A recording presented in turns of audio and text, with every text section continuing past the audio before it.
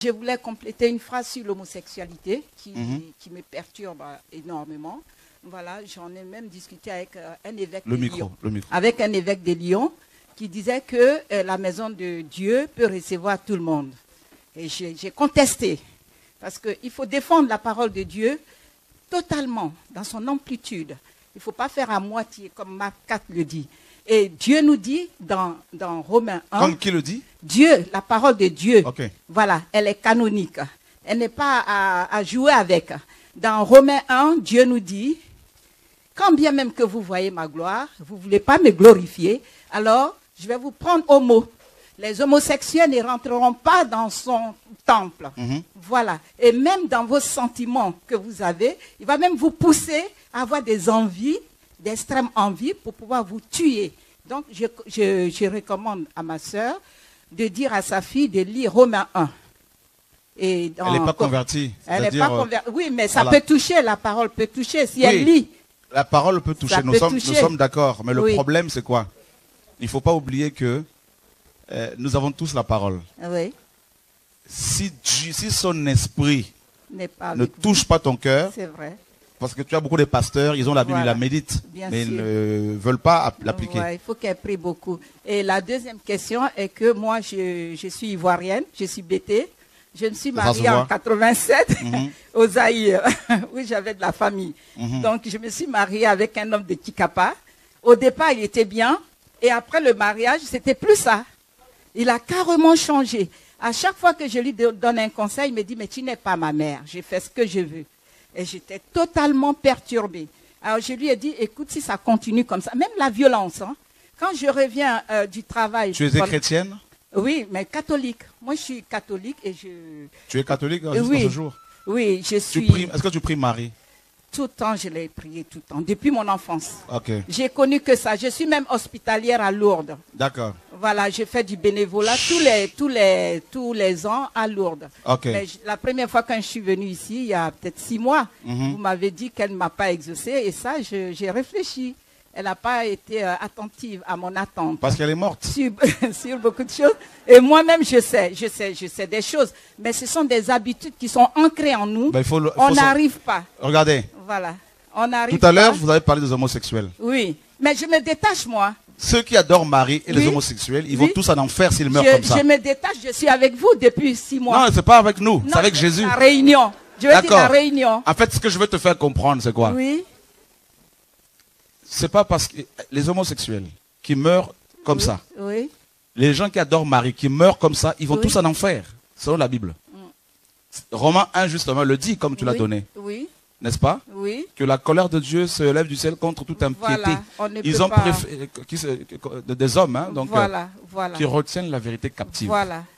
Ils ont remplacé la vérité par le mensonge. Voilà. Ils ont préféré servir et adorer la créature au lieu du Créateur. Donc quand tu adores Marie, tu adores la créature. Exactement. Et la dernière fois que tu l'as parlé, ça remonte à quand? Cette semaine? Je ne sais plus. Non, je ne sais plus. Honnêtement. Cette semaine? Non, sérieux. Plus. Ça vient comme ça. Oui, mais cette semaine, parce que c'est ce que je ressens. Ça vient comme ça. Vous savez, depuis mon enfance. Hein, non, mais j'essaie de me détacher. Non, mais il n'y a pas de problème. Mais je vais t'amener quelque part. Voilà. Cette semaine, tu lui as parlé. Vite fait. Non, pas vraiment. Vite fait quoi? Pas vraiment. Non, pas vraiment. Je vais maintenant à Jésus. Okay. À Jésus. Et là, maintenant, je rejoins votre question qui est qu'on ne peut pas divorcer. Ce monsieur, je lui ai dit, ce frère congolais, si tu ne changes pas, je vais divorcer. Il m'a dit, je prendrai un bic rouge pour signer le papier de divorce. Et je lui ai dit, fais attention. Moi, je suis divorcée depuis 99 réellement. Et depuis, je n'ai personne dans ma vie. À chaque fois que j'ai quelqu'un dans ma vie, ça va mal. Alors, comment je fais, moi? Comment je fais dans ce cas? Parce que ton mari est resté là-bas? Non, lui, il s'est remarié à une Antillaise. Il est au Canada maintenant. Mais moi, je suis ici avec... Des fois, je rencontre des gens importants. Parce qu'avant, je faisais des galas for life avec des amis à Cannes. Donc, je rencontre des fois des amis qui sont importants. Mais mon cœur ne se soulève pas que pour le Christ. C'est bien. C'est parce que maintenant mais je ne peux pas rester comme ça parce que je n'ai pas d'enfant. J'ai fait 4 fausses couches. Et je me dis, au jour d'aujourd'hui, comment je fais? En fait,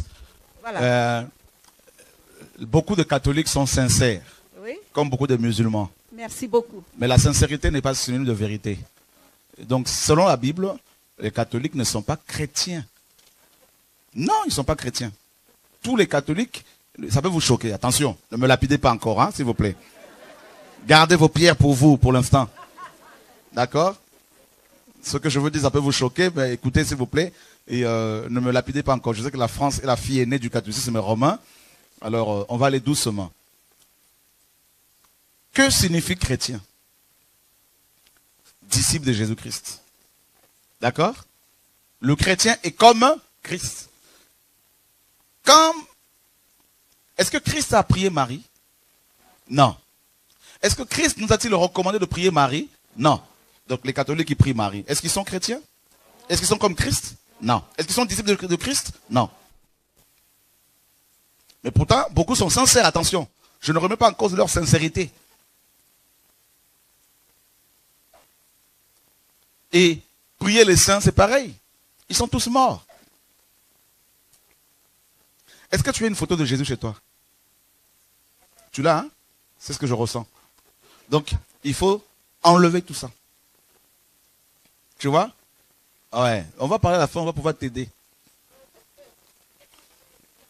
Donc, c'est pour cela qu'on a tendance souvent à vouloir jeter des pierres sur le péché des uns des autres, alors qu'on a aussi des choses à régler. Celui qui vole et celui qui commet l'adultère, s'il meurt comme ça, ils vont en enfer. D'accord? Amen? C'est important. C'est pour cela que je disais, vous pouvez donner des versets aux gens, si Dieu ne les a pas convaincus à la base. Là.